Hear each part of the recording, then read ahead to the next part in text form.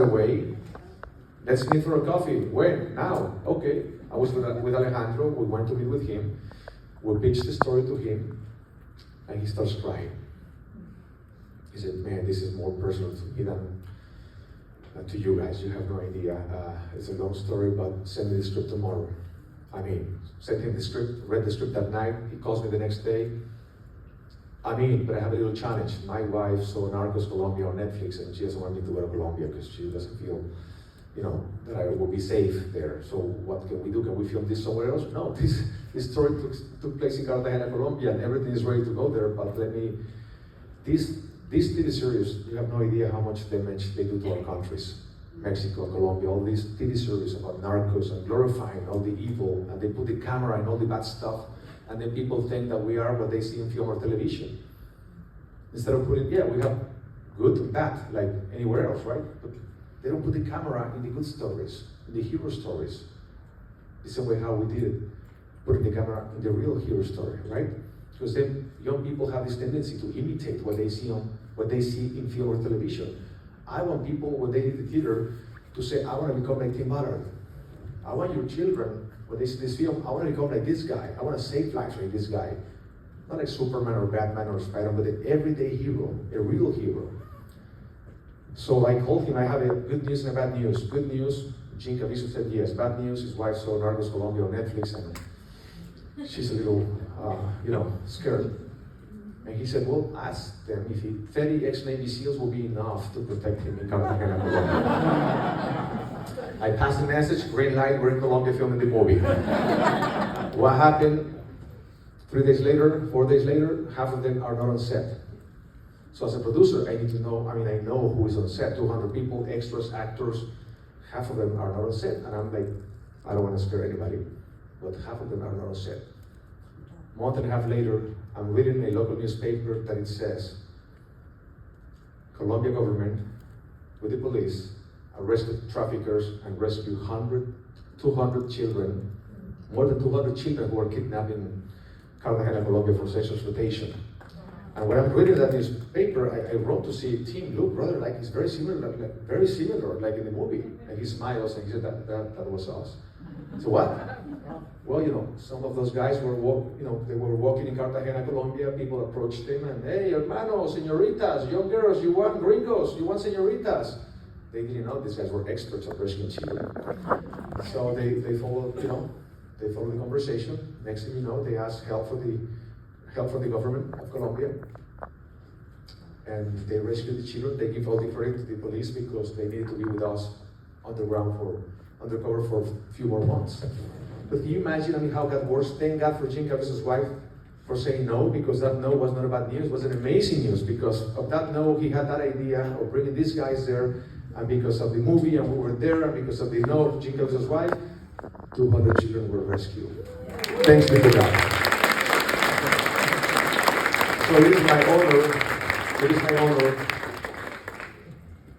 to introduce you guys to Tim Ballard, the hero of this movie, and my friend, my brother, who needs to be leading by example, because he's very easy to talk, right? This guy is doing what you just saw every 2 weeks around the world. Thank you, hermano. God bless you.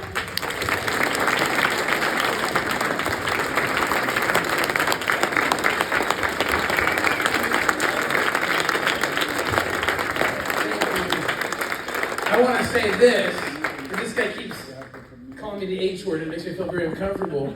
Let me just tell you the truth about human trafficking and how it ends.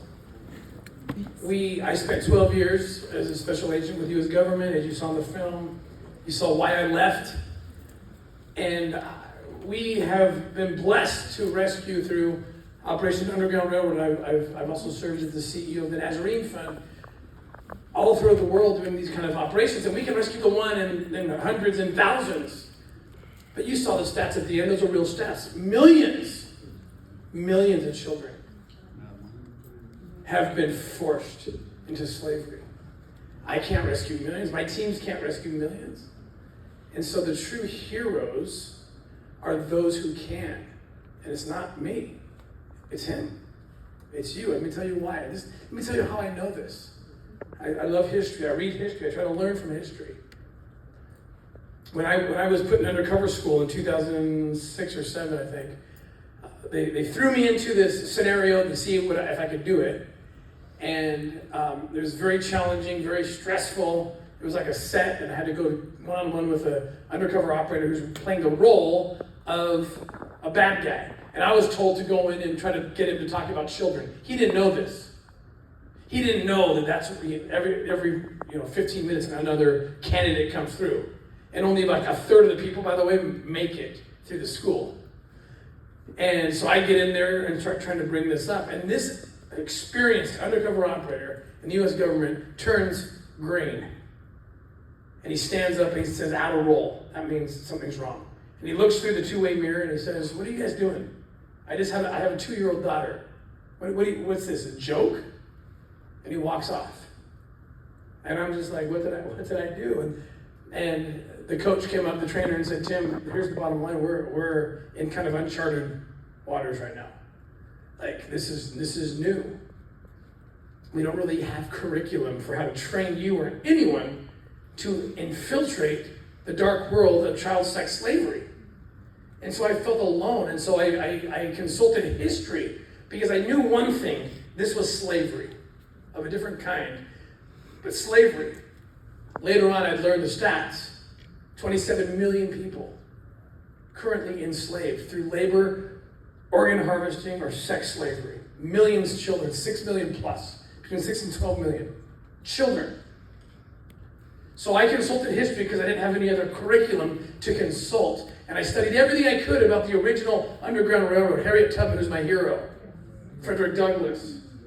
And Abraham Lincoln. And Lincoln's interesting because when he took the presidency in 1861, he stood and said, I will not touch slavery where it is. I won't let it extend, but I'm not going to touch it. And God's up there going, oh boy. No. And Frederick Douglass was with God. And the others said, Lincoln, wake up. This is your chance. You got to kill this thing. It took him 2 years to come to his senses. It took him 2 years through humbling and losses. And finally, by September 1862, he knew what God was talking, what the word God was speaking to him. But he admitted that it was the abolitionist voices that woke him up, turned him to God, brought him to his knees, and then he said, this war is about liberating the captive. And millions of people were then liberated. But he said something very telling when Harry Beecher Stowe came in. Harry Beecher Stowe was one of the great abolitionists. I love her because we can probably, most of you in this room, not everybody in this room, I guarantee you, but most of you in this room have not been slaves in slavery, in sex slavery. Okay? But some of you have. You'd be surprised how many of you have. Harriet Beecher Stowe was not, and so she may be a little more easy to relate to. She's just like any of you, any of us. She's raising her family. She's living in Cincinnati, Ohio. She crosses the river one day into Kentucky, and she sees slavery for the first time. And she's shocked. What is this? And you know what? She was just as pissed at the South as she was at the North for being so empathetic, for not caring, for doing nothing. I talk to people all the time, oh, I would have been an abolitionist in the 19th century. I would have fought slavery. Really? You get to know exactly the answer to that question by asking yourself right now, what are you doing right now? Because the parallels are too real. People in the North didn't see slavery any more than the average American sees slavery today. They didn't travel to the South. They didn't see it. You don't see it either. And so don't wait. We can't wait. Kind of put our finger in their faces and say, what was wrong with you? Because we're in it right now. There's more people enslaved today than ever before. 27 million is more than the total number of people ever trafficked and enslaved during 300 years of the transatlantic slave trade. So we're in it right now. You want to know what you would do? What are you doing right now? The good news is, we're in it right now. You have time to prove to yourselves and prove to God that you're willing to stand up. I met with Jerry Mullen. Jerry Mullen's the Academy Award-winning producer of Schindler's List. You know what he said to me? He said, the one regret I had, because Schindler's List, frankly, I can't believe I'm going to say this, but it looks like Sound of Freedom is basically has the same trajectory right now as Schindler's List had. We can't believe it, right? And Ronald, we're like, What is going on? The silent majority has risen. I've always believed in the silent majority against all this other craziness. The oppression of children is everywhere. Harriet Beecher Stowe, we must find the Harriet Beecher Stowes amongst us.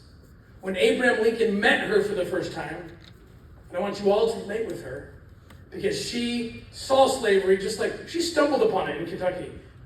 Probably not unlike many of you just stumbled upon it right now. And you were asking the same question she was asking. What can I do? I'm not a statesman. I'm not a part of the Underground Railroad. I am a mom of several kids. I'm trying my best to just survive life. What can I do? And she was so distraught over this that she told her sister. Her sister wrote her a letter and said, Harriet, write something. You're a great writer. Write something. Tell a story. They didn't have movies back then. They didn't have social media. They just had books and tracks and speakers. So she wrote something. She tells the story how she picked up that letter from her sister and looked at it. And she stood up and she was so impassioned by the challenge to write something that she took her fist and crunched up the letter even. And she said out loud, her family heard her. She said, I will write something. I will if I live. And she wrote Uncle Tom's Cabin, joining her voice with the other greats like Frederick Douglass, Harriet Tubman, and the others. And when Lincoln met her, he acknowledged what was happening. He said to her, so you're the little lady that wrote the big book that started this war. See, the war changed purposes by 1863. The war became about liberating the captive, not just about saving the Union. And he recognized that it was the storytellers that changed the Republic. And then things changed. See, right now in the United States, we have a problem. It's not a priority. 85,000 children showed up at our border over the last 2 years. Unaccompanied, thousands of children under the age of 5 showed up with a name in their hand, the sponsor. And Health and Human Services is mandated to call that number, and whoever answers it, who cares who it is, your taxpayer dollars is going to send this innocent child to that person. And the child trafficking organizations, just $14 million a day is what they're making. And your taxpayer dollars are paying for the last leg of a child trafficking experience. Your taxpayer dollars are putting those kids on that final leg from the interior of the border into New York City, Los Angeles, Phoenix, wherever the sponsor says they are. They'll put the kid on the plane, they'll put the kid on the bus, and the U.S. government, this administration has even admitted, yes, we have lost 85,000. Can you imagine that? Well, as a little kid, they called Trump a racist for enforcing the border. The only compassionate policy is to enforce the border because it rescues children. You understand that, right?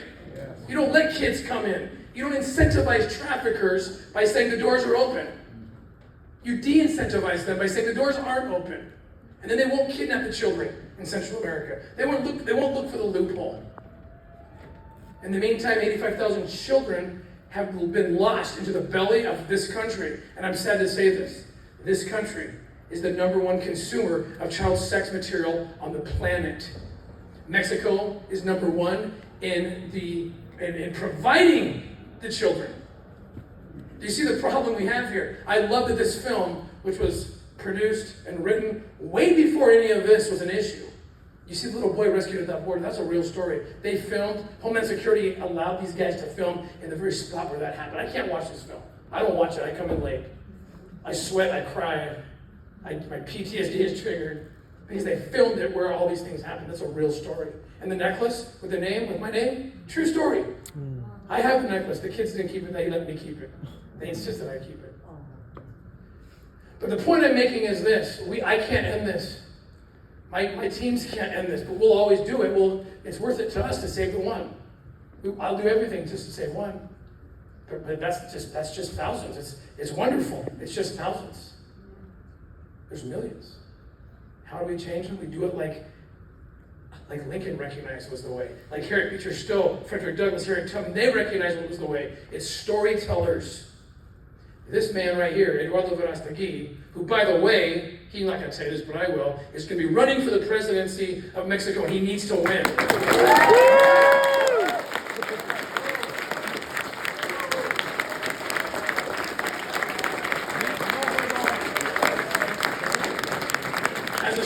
storyteller like Harry Beecher Stowe, this man will rescue more children than I could ever rescue. I promise you, that is the truth.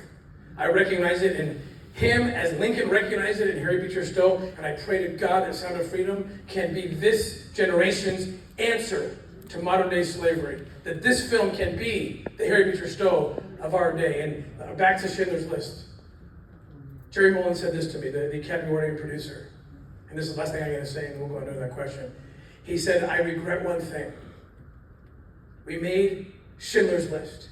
And we had no idea it was going to, this many people. I think we're selling out more than Schindler's List was even doing at this point after 12 days of wherever we're at. He said, we made one mistake. Or I guess it wasn't a mistake, but there was one problem. We made the movie 50 years too late. If this movie had been made in 1939, can you imagine? Do you think they were going to change? Do you think millions of lives might have been affected, saved, rescued? Absolutely. But no one knew at the time.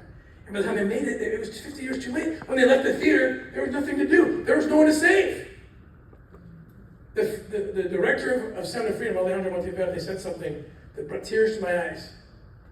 He said, this movie begins when you leave the theater.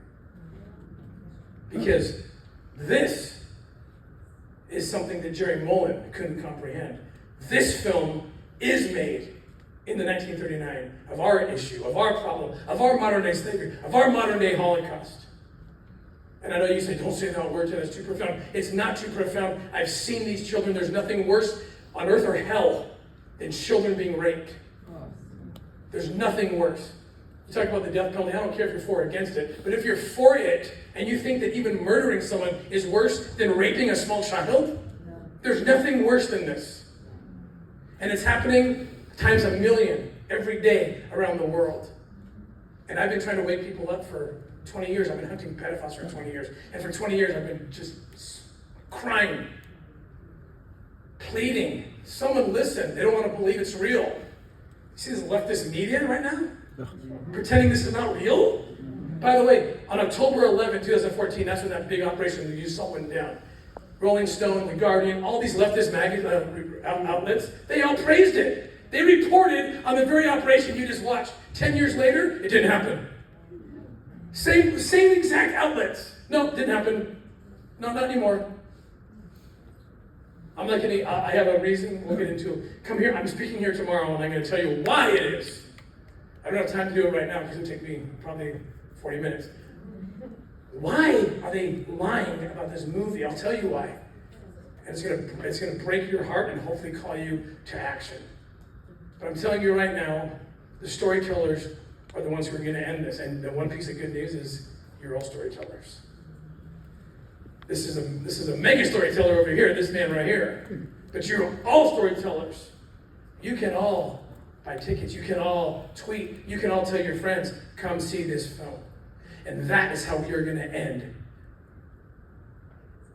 the slavery of children that exists in this world. Thank you so much, guys. God bless you.